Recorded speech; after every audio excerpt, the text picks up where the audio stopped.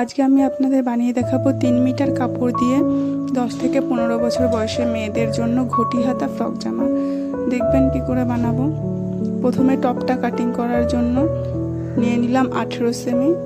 18 থেকে 20 সেমি নিতে পারেন যদি একটু মোটা হয়। আর টপটার লেন্থ হবে 14 সেমি। এবার কাটিং করে নেব। দুটো পার্টে করে কাটবো আমরা। প্রথমে সামনের পার্ট কাটবো, তারপরে পেছনের পার্ট। প্রথমে সামনের পার্ট কাটার জন্য 2.5 সেমি গলার এবং 2.5 সেমি ঘাড়ের পুরটা নিয়ে নিলাম। তারপরে গলাটা একটু লম্বা হয়ে গেলে 5 সেমি এবং বগলের পুরটা নিয়ে নিলাম 6 সেমি। সাইড থেকে আমরা আর একটু ছোট করে শেপটা দিয়ে নেব, বডির শেপটা, এবং তারপরে কাটিংটা করব। গোল গলা হবে, তাই জন্য আমি গোল করে কেটে নিয়েছি। আপনারা যে কোনো গলা কাটতে পারেন। এরপরে পেছনের গলাটা সেম 2.5 সেমি নিয়ে কেটে নেব, গলাটাও এবং পুটটাও।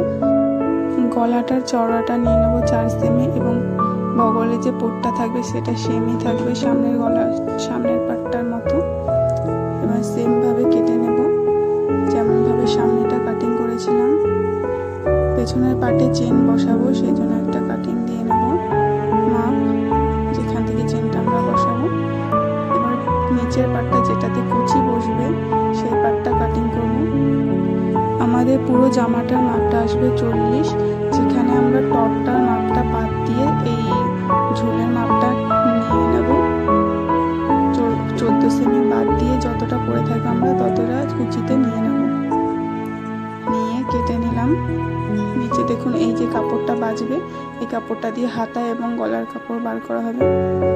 হাতাটা আমাদের ঘটি হাতা হবে, সেই জন্য একটু বেশি করে নিয়ে নিলাম। চওড়াতে নিয়ে নিলাম 6 সেমি আর ওদিকে ডাউন করলাম 4 সেমি। 4 সেমি ডাউন করে কেটে নিয়েছি। দেখুন অনেকটাই ডাউন হয়েছে, এখানে কুচি হবে। এটা দিয়ে আমরা কোমরের ফিতে বানাবো। কোমরের ফিতে মাপটা আপনারা 15 সেমি নিতে পারেন। যদি বড় বানাতে চান তাহলে আরো বড় নিতে পারেন। এই যে প্রথমে পেছনের পাটটাতে চেনটা আমরা অ্যাটাচ করব। প্রথমে একটা আলাদা কাপড় নিয়ে নিয়েছি, যেটার মাঝখানে একটু দাগ দিয়ে সাইডে সেলাই করে নেব। পুরোটাই সেলাই করে নেব। যতটা টপটা আমাদের মাপ আছে ততটাই চেনটা বসবে, সেই জন্য পুরোটাই চেনটার মাপটা নিয়ে নিয়েছি। এবং দুটো কাপড় একসাথেই কাটবো, যেটা উপরে লাগিয়েছিলাম ওই কাপড়টা এবং টপের কাপড়টা একসাথেই কেটে নেব। তারপরে কাপড়টা উল্টো করে নেব, আমরা উল্টো করে চেনটা বসাবো। দেখুন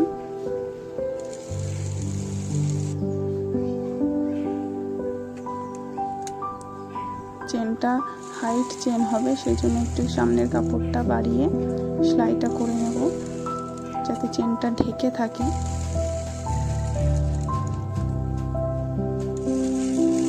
এরপরে পুটটা জয়েন করে নেব আমরা ঘাড়ে।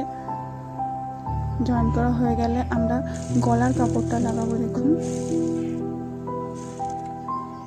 গলার কাপড়ে দুটো স্প্লিট দিয়ে নিলাম আমি, যাতে এটা ভালো করে বসে থাকে।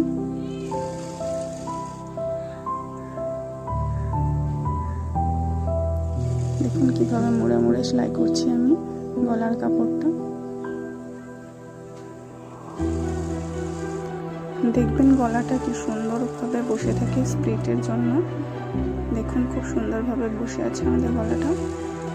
এরপরে টপে দুটো টেকেন বসাবো।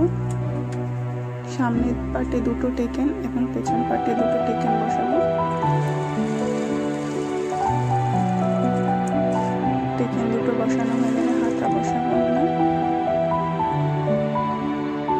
হাতাটা ঘটি হাতা হবে বলেছিলাম, সেই জন্য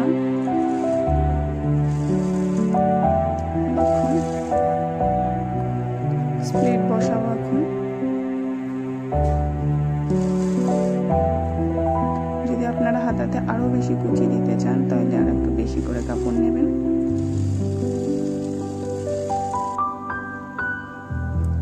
প্রথমে হাতাটা জয়েন করে নিয়েছিলাম, তারপরে যেখানে যেখানে স্প্লিট ছিল আমাদের সেখানে সামনেও স্প্লিট দিয়ে নিয়েছি এবং ওখানে সামনের কাছে একটা কাপড় জয়েন করে ওটা উল্টে সেলাই করতে হবে। একটা চাপ সেলাই দিয়ে নেব এখানে। এই কাপড়টা যেটা আছে এটা উল্টে আবার সেলাই দিয়ে নেবো একটা।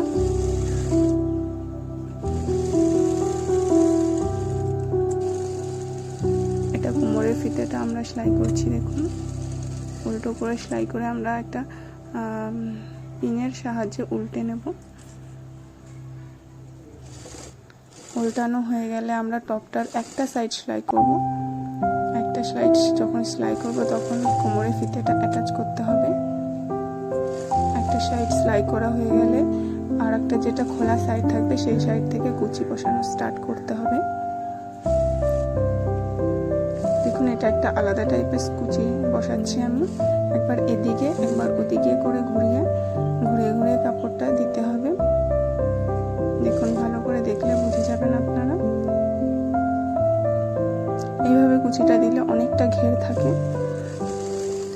কুচিটা বসানো হয়ে গেলে একটা পাক্কা সেলাই দিয়ে নিলাম আমরা। সেলাইটা দেওয়া হয়ে গেলে আর একটা যেটা খোলা সাইড ছিল আমরা সেখানে সেলাই দিয়ে নেব। এদিকেও একটা কোমরের ফিতে লাগাবো। দেখুন কত সুন্দর হয়েছে, ঘটি হাতাটা ফুলে আছে কত সুন্দর এবং অনেকটাই ঘের এসেছে। দেখুন আরও ভিডিও দেখতে হলে কমেন্ট করবেন এবং সাবস্ক্রাইব করে দিন আমার চ্যানেলটা।